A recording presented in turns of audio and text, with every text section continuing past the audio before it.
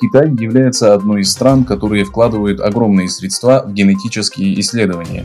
Коммунистическая партия Китая использует миллиарды долларов не на благо человечества, а для преступлений и геноцида. Австралийский институт стратегической политики опубликовал доклад под названием «Генетическое наблюдение», в котором рассматривается сбор ДНК жителей уйгурского региона, лагеря перевоспитания, трудовая эксплуатация и нарушение прав человека, совершенные Китаем.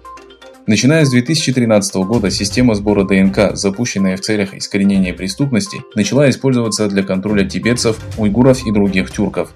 К 2017 году эти исследования были ускорены и опробованы на других регионах. Китайское правительство оказывает огромную поддержку технологическим компаниям.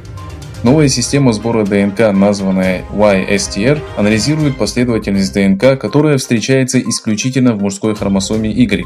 Китай планирует создать генетическую карту региона при помощи данных, собранных у мужчин.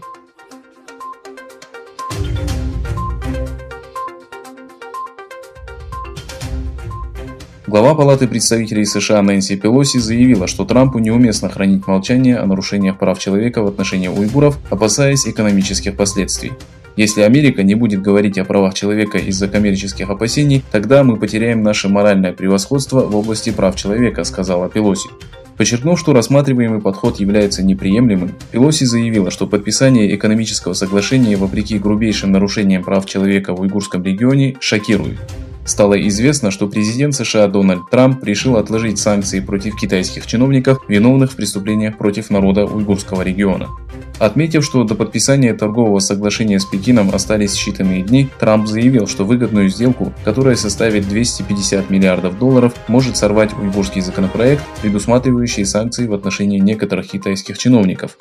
Именно поэтому Трамп считает, что необходимо отложить данный вопрос, сообщает сайт American Axios.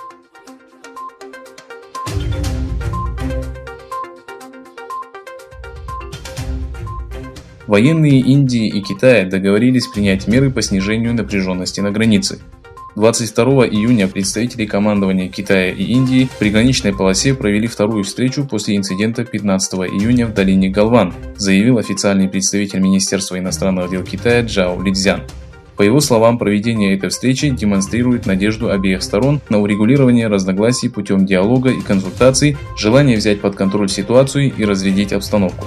В свою очередь, индийская сторона сообщила, что переговоры в Ладакхе прошли в теплой, позитивной и конструктивной атмосфере.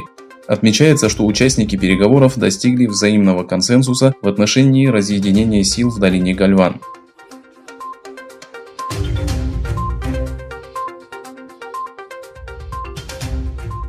США внесли в Совет Безопасности ООН резолюцию о продлении эмбарго на поставки оружия Ирану. Документ предполагает запрет на продажу, передачу и поставку Тегерану вооружения и сопутствующих материалов. Согласно совместному всеобъемлющему плану действий по иранской ядерной программе, срок действия ограничительной меры истекает в октябре. Проект также предусматривает проведение инспекций на судах, направляющихся в Иран.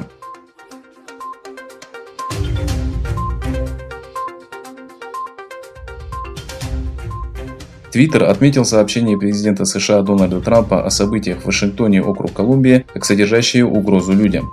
Твит скрыт в ленте со специальным предупреждением. Прошлой ночью Трамп осудил действия протестующих, которые попытались снести статую президента Эндрю Джексона в парке Лафайет перед Белым домом. Участники демонстраций против полицейского насилия, которые охватили многие города США, объявили один из центральных районов Вашингтона автономной зоной. В Вашингтоне никогда не будет автономной зоны, пока я ваш президент. Если они попытаются сделать это, то встретят серьезную силу, написал Трамп в Твиттере.